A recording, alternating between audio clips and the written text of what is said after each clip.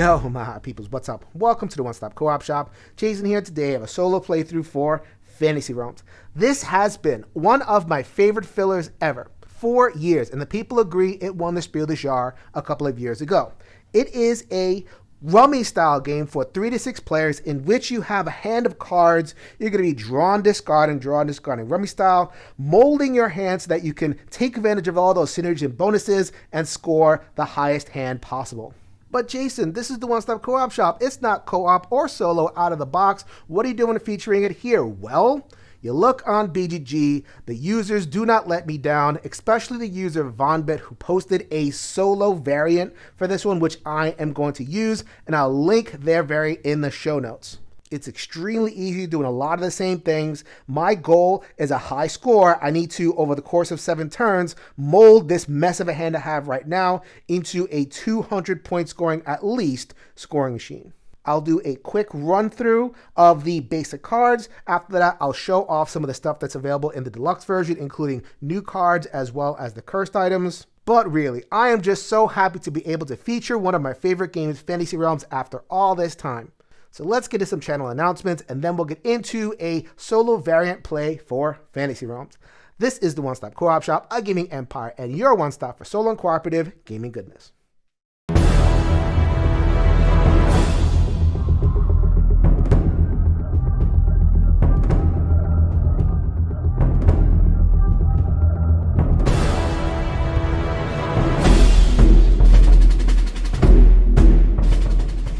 The rules of Fantasy Realms are super simple. So you are going to have your hand of 7 cards. You are going to either draw from the discard or from the top of a deck.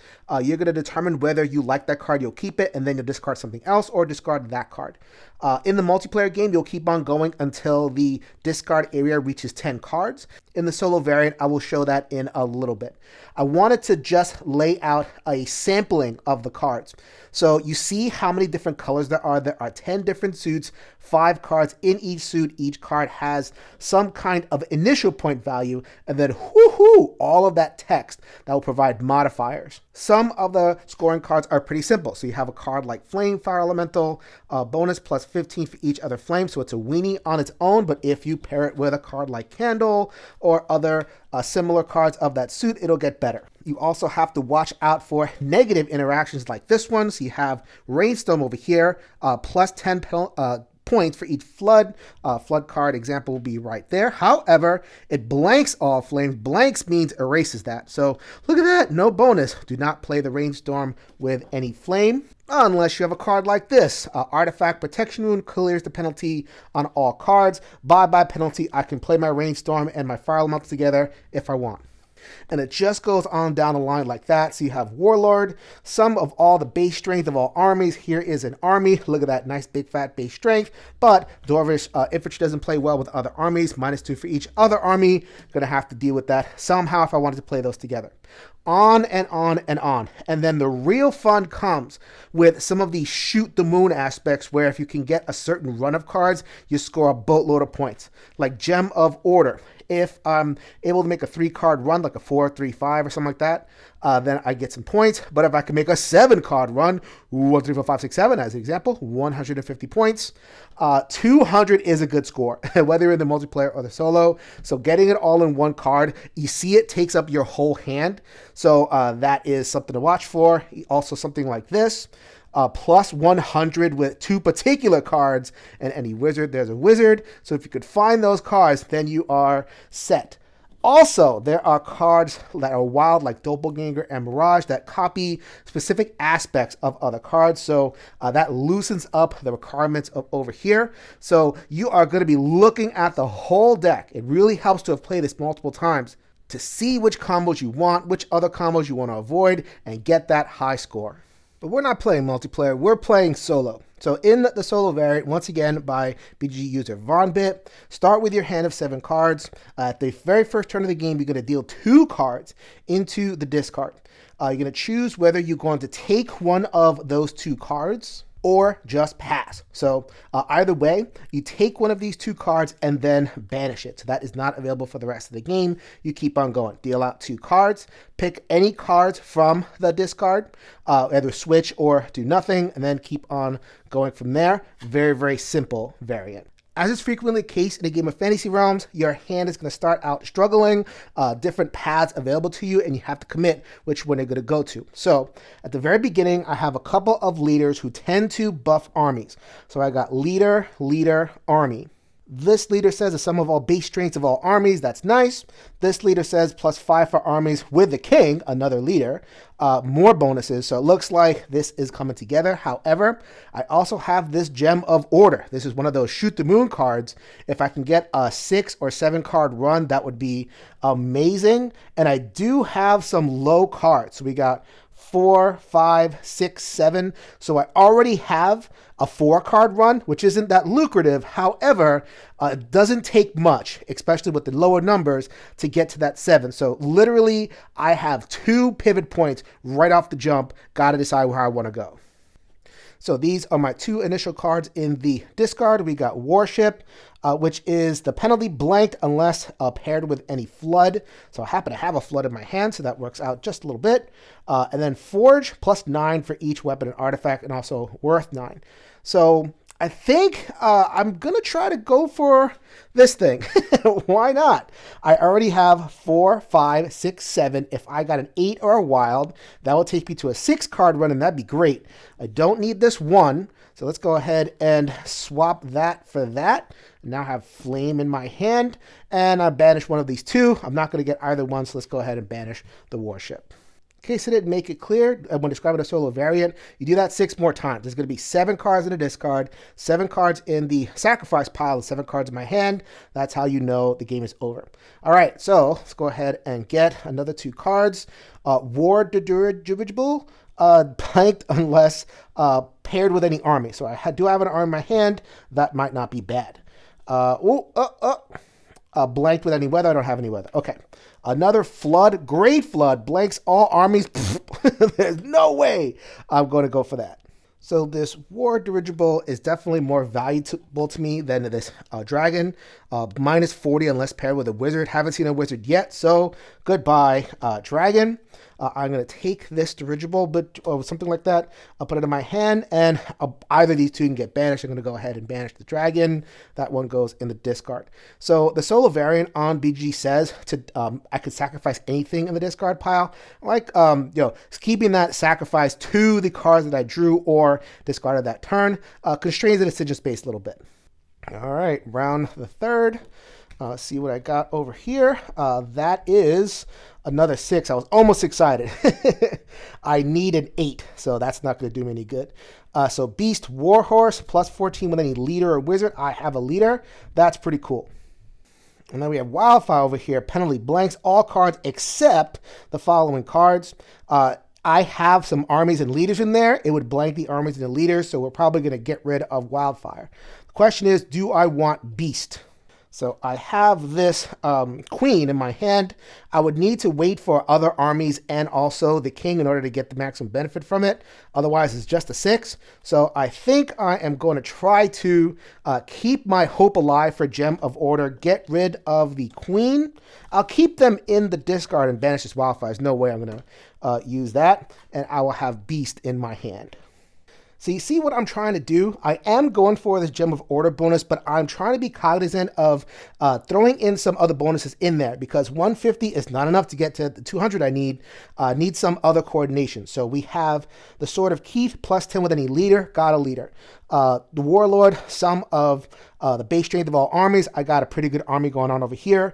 The Dirigible is here in case I don't hit the Gem of Order. I have 4, 5, 6, 7. Right now, the 4-card run is worth 30. That's not bad. If I can at least get to 5, that would be worth it. And then other scoring. So I'm liking my chances, and I'm staying flexible for a couple of options.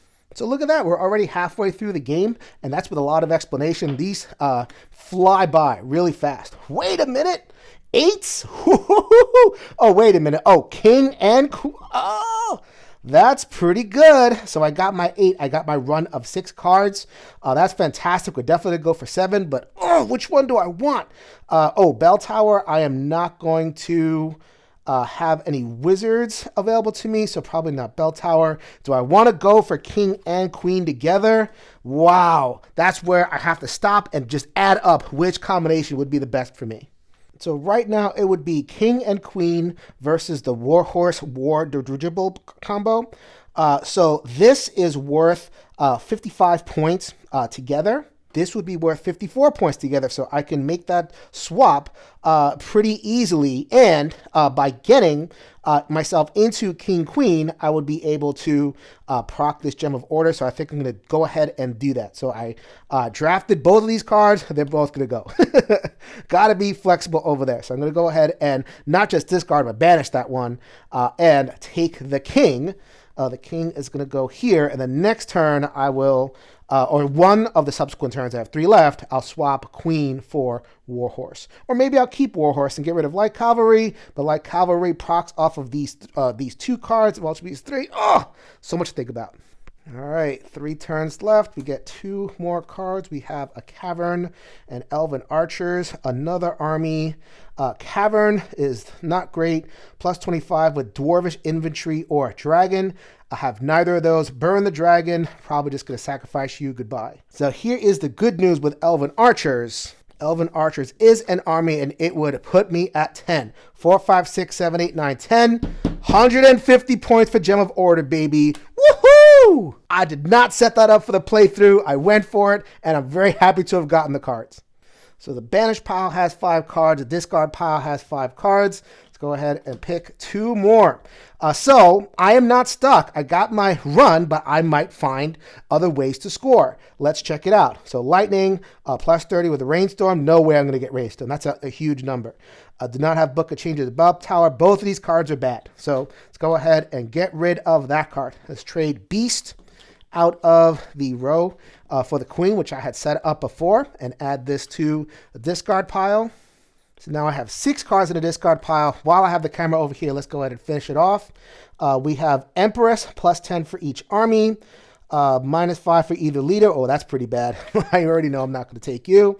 World Tree, plus 70, another one of those Shoot the Moon cards, if every non-blank card is a different suit. So almost by definition, because I went with the King-Queen combo, World Tree doesn't do anything for me, so that's just going to go ahead and get discarded. 7 cards in the discard, 7 cards in the sacrifice pile, 7 cards in my hand. That is game over. Got the 150 for the Gem of Order. Just in case you're wondering, it's not that hard because there's multiple copies of the different numbers, at least at the single digit area, but I nailed it, and combined with all the other bonuses, 282. We are not living the life of using this fat old score pile. We're going straight to the web. It's a website. As long as WizKids are kicking around, they will maintain that site, especially for a Spiel des Jahres winner, which Fantasy Realms is. That is a really amazing score. 200 would be the cutoff for a win. 250 would be an excellent win. Got to Shoot the Moon. There are times where I don't even go close. It's about 150, 160, etc. This happened to be a really good game. Thank you so much for that solo variant. I love Fantasy Realms so much. Before I close this video, let me go ahead and show you some of the extras that come in the deluxe version. First of all, you do get a pack of sleeves, enough for all of the cards of the base game and the expansion included. I did not include the sleeves because it makes it easier to film. Well, the sleeves, now that I'm finished with that, guaranteed I'm going to be sleeving up these things. So we have 3 new suits. We have buildings, which tend to reward certain combinations. We have the Outsiders, which you get to look at the deck for various things. Minus 50. What? Plus 10 per other player. So a high player count card for sure. And also the Undead, which if you know Magic, you love to look at your discard pile. Scores off of that. Different wrinkles on the base formula. And finally, this is the most impactful thing, which is the cursed items. So there are a bunch of these. You'll start with 1, and generally it will allow you to do some kind of power. So if it's a minus power, a minus points, then you have some kind of like good power to balance it. And you could play a few of these, or you could just play them every turn and just fire up powers and different paths to scoring in the cursed items. I think they're fun, but they're really a multiplayer thing as well, because a lot of these coordinate with multiplayer. But if all you want is that base experience, there is plenty of game in this deck of 50 some odd cards.